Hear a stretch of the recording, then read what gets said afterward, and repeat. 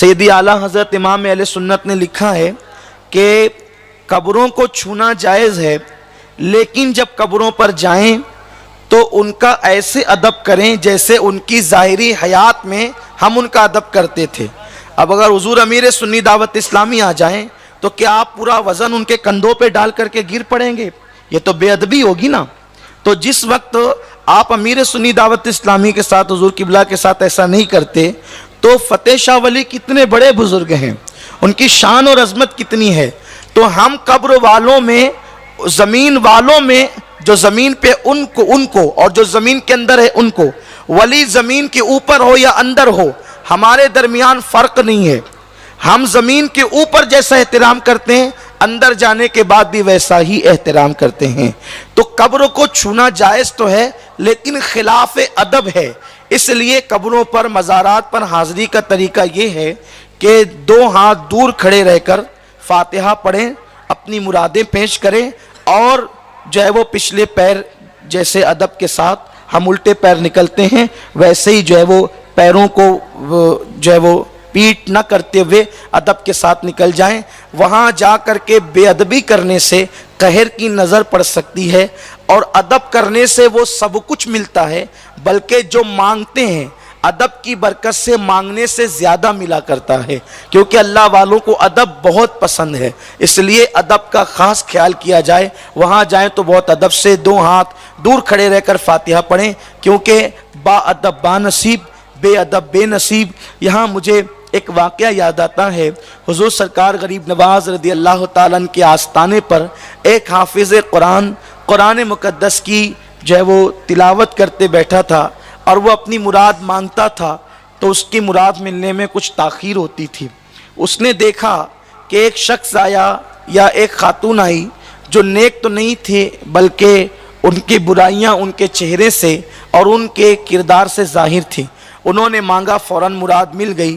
तो उसने कुरान शरीफ बंद किया, और बंद करने के बाद उसने अपने दोनों हाथ की हथेलियाँ गरीब नवाज की चौखट पे यूं पटकी, और पटकने के बाद कहा, ख्वाजा तेरे यहाँ इंसाफ नहीं, इतने दिन से बैठा हूँ, मुराद मिलती नहीं, ताख़ीर होती है, ये अभी आए और अभी चले।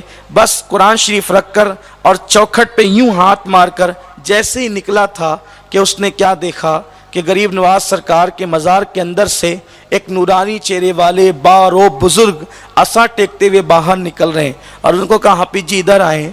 आने के बाद कहा कि क्या बात है, नाराज़ होकर क्यों जा रहे हैं? कहा, इस चौखट पर इंसाफ ही नहीं है। मैं कितने दिनों से कुरान मुक़द्दस की तिलावत करते बैठा था, मुझे ताख़ीर हुई, और वो आए और उनकी मुराद पूरी हुई, और वो ये चल दिए।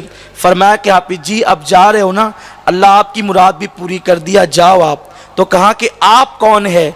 फरमाया कि मुराद पूरी हो गई, अब आप चले जाएं। कहा नहीं, आप बताएं कौन है?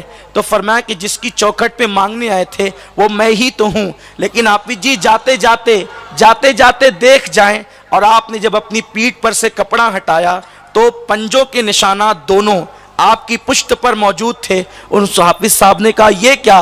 कहा कि जो तूने मेरी चौखट पे मारा है वो मेरी चौखट पे नहीं बल्कि मेरी पुश्त पर है।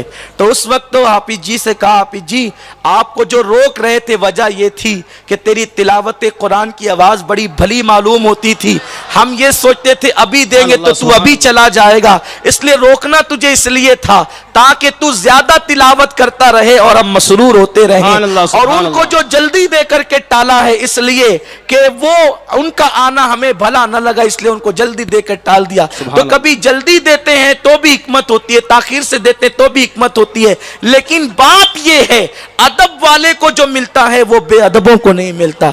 इसलिए जब मज़ारात पर जाएं तो अदब के साथ जाएं। अल्लाह हमें अदब की तौफीक अता फरमाए। आपने सवालात किए, हमने जवाबात दिए, और ये अल्लाह की तौफीक से जो सही है वो अल्लाह रसूल की तरफ से है। अगर उसमें कोई गलती है तो ये मेरे नफ्स की शरारत है। अगर कोई गलती हो गई हो तो अल्लाह ताला माफ़ फरमाए। सुब्हानका ला इल्म लना इल्ला मा अल्लमतना इन्नका अंतल अलीमुल हकीम वमा अलैना इल्लल बलाग। अस्सलामु अलैकुम व रहमतुल्लाहि। जज़ाकुमुल्लाहु खैरा। सुभान अल्लाह। ये थे